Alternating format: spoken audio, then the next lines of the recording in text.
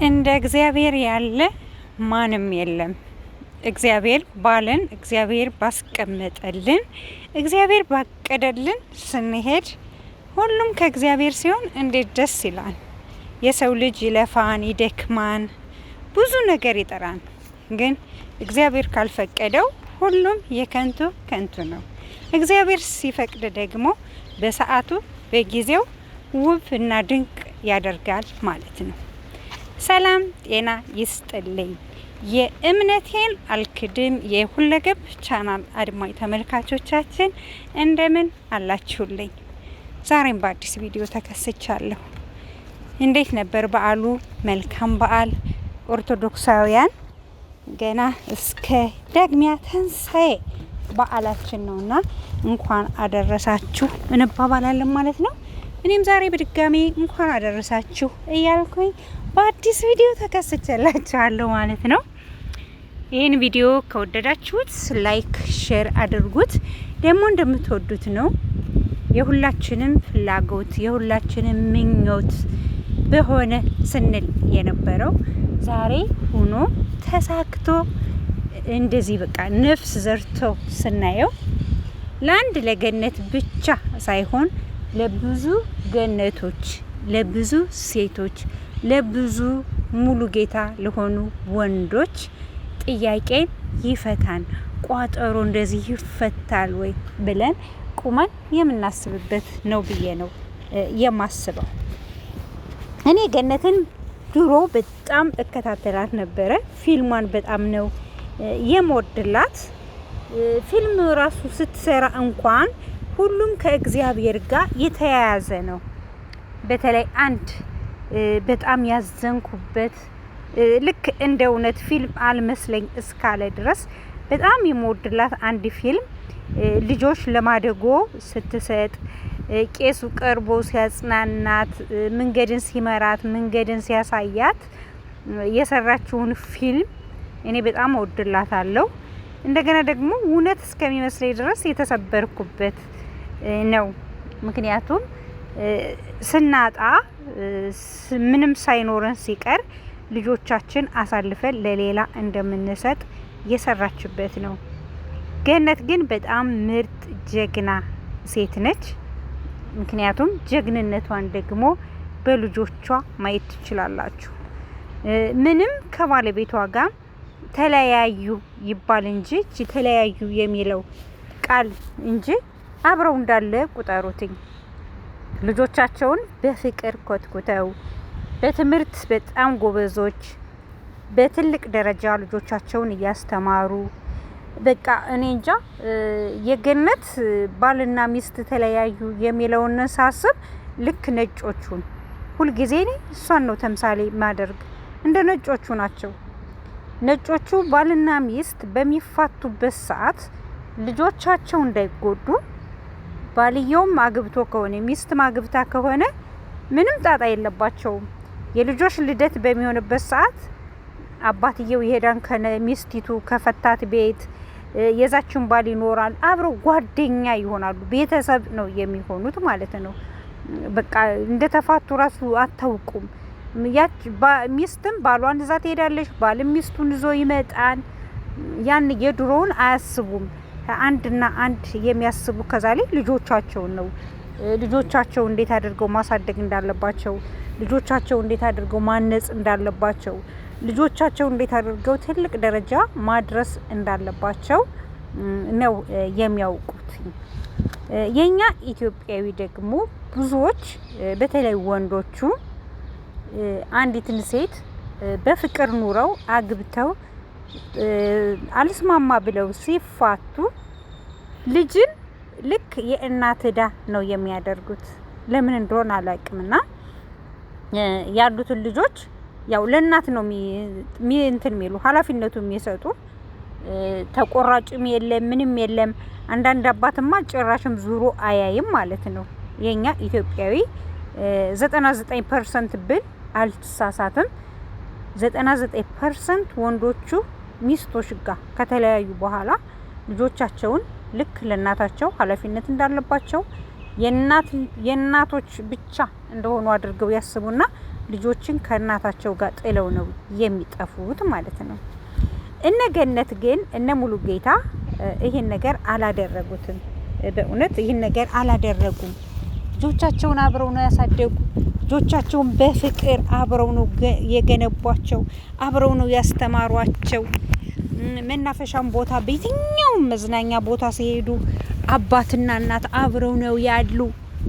ከዚህ ላይ ገነትና ጋሽ ሙሉጌታ የተለያዩት እንግዲህ አልጋ ላይ ብቻ ነው የተለያዩት። እነሱ አልጋ ላይ ብቻ ነው። ያ ደግሞ እንግዲህ ወይ ገነት ጋሽ ሙሉጌታ ልቅጣው ብላ ነው ወይ ጋሽ ሙሉጌታ ገንዬን ልቅጣት ብሎ ነው። ለምን እንደሆነ ባላቅም 14 አመት ሙሉ አልጋ ላይ ነው እንጂ የተከለከለ አልጋ ላይ ነው እንጂ የማይተኙት።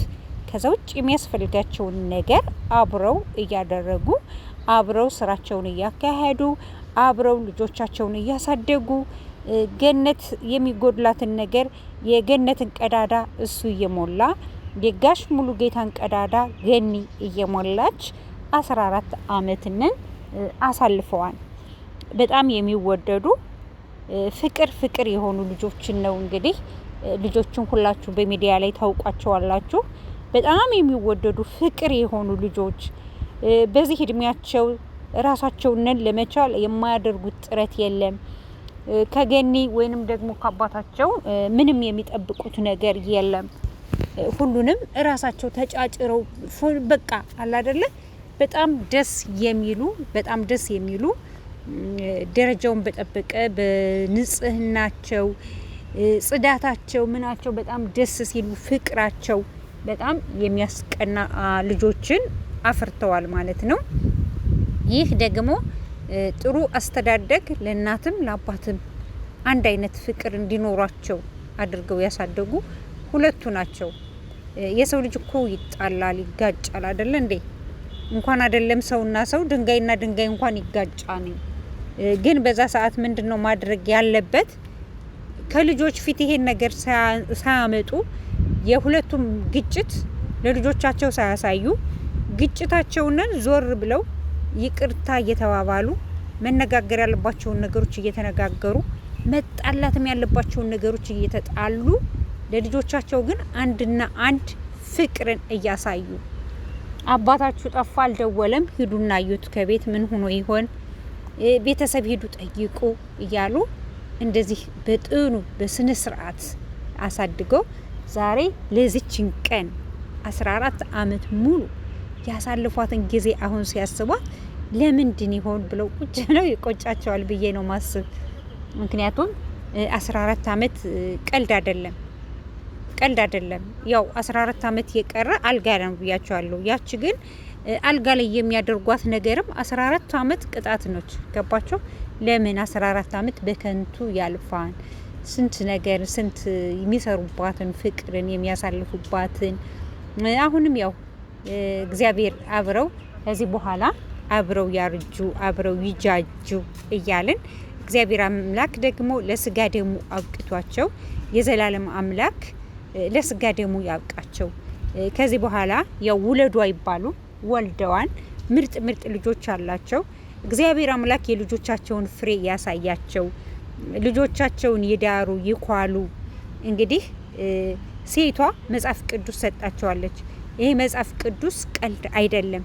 መጽሐፍ ቅዱስ ከሁሉም በላይ የእግዚአብሔር ቃል ያለበት ነውና በዚህ በእግዚአብሔር ቃል ጸንተው እንዲኖሩ ወደ አምላካቸው እንዲጠጉ እንዲጸልዩ እንዲተጉ መጽሐፍ ቅዱስ ሰጣቸዋለች። መጽሐፍ ቅዱስ ፍቅር ነው። እግዚአብሔር አምላክ አሁንም ፍቅር ይስጣችሁ። ቀሪ ዘመናችሁ የተባረከ ይሁን። የአብርሃምን የይስሐቅ የያዕቆብ አምላክ ዛሬም የእናንተ አምላክ ነውና ወደ ፍቅር የመለሳችሁ ወደ ሰላሙ ያመጣችሁ የሰላሙ ንጉስ የሰላሙ ጌታ እግዚአብሔር ሰላማችሁን ያስፍንላችሁ። ልጆቻችሁ እንደ ምድር አሸዋ ይብዙላችሁ። በእውነት እግዚአብሔር ያሳድጋቸው፣ ከትልቅ ደረጃ ያደርሳቸው። በጣም ምርጥ ልጆች ነው ያላችሁ። ፍርሃተ እግዚአብሔር ያላቸው፣ በእግዚአብሔር የታነጹ፣ በእግዚአብሔር ፍቅር ያላቸው ናቸውና እግዚአብሔር አምላክ ከሁሉም በላይ ፍቅር ነውና ፍቅር ይስጣችሁ። ይህም ቤተሰብ እግዚአብሔር ይባርክ። እመቤቴ ቅድስት ድንግል ማርያም ትጠብቃችሁ። ለስጋ ደግሞ እግዚአብሔር ያብቃችሁ። እግዚአብሔርን የምታመሰግኑበት ዘመን ይሁን። ዘመናችሁ ይባረክ ብዬ ነው ምለው።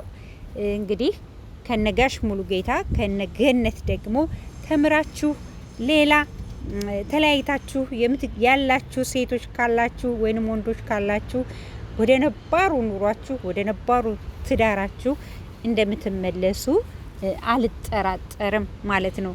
ምክንያቱም አንድ ሰው ላንዱ ምሳሌ ነውና፣ አንድ ሰው ላንዱ ትምህርት ነውና እግዚአብሔር አምላክ መልካምን ነገር የምንቀስምበት መልካምን ነገር የምናደርግበት ዘመን ይሁንልን። ዘመናችሁ ይባረክ። ገንዬ ሁላችሁም እየገባችሁ እንኳን ደስ አላችሁ በሏቸው። ስንጠብቀው ስንጓጓው የነበረው እስትንፋስ ተሰርቶለት ዛሬ በእግሩ ቆሞ እንደዚህ በማየቴ በጣም ደስ ብሎኛል። ገንዬ እንወድሻለን። በጣም ውድድ ነው ማደርጋችሁ። የተባረከ ቤተሰብ ነው። እግዚአብሔር አምላክ ቀሪ ዘመናችሁን ይባርከው እላለሁ። ውድ እምነቴን አልክድም አድማጭ ተመልካቾች ይሄን ቪዲዮ ሼር ላይክ በማድረግ የገንዬ ሊንክ ደግሞ እዚህ ጋር አስቀምጥላችኋለሁ። እየገባችሁ ምኞታችሁን ግለጹላቸው። ይህን ቪዲዮም ደግሞ አይታችሁ የተሰማችሁን መልእክት ማስተላለፍ የምትችሉ ከሆነ የቴሌግራም የዋትስአፕ እንትን አላትኝ ቁጥር አላትና ለሷ በቪዲዮ ሰርታችሁ ወይም ቪዲዮ ቀርጻችሁ የተሰማችሁን ደስታ ለገኒ መላክ ትችላላችሁ እላለሁኝ። ውድ ኢትዮጵያውያን ኤርትራውያን ለዛሬ ያለኝ ቪዲዮ ይሄን ይመስላል። በዚህ ሰነባበታችኋለሁ። ወጠን ከመቅረት እግዚአብሔር አምላክ ይጠብቀን ይጠብቃል።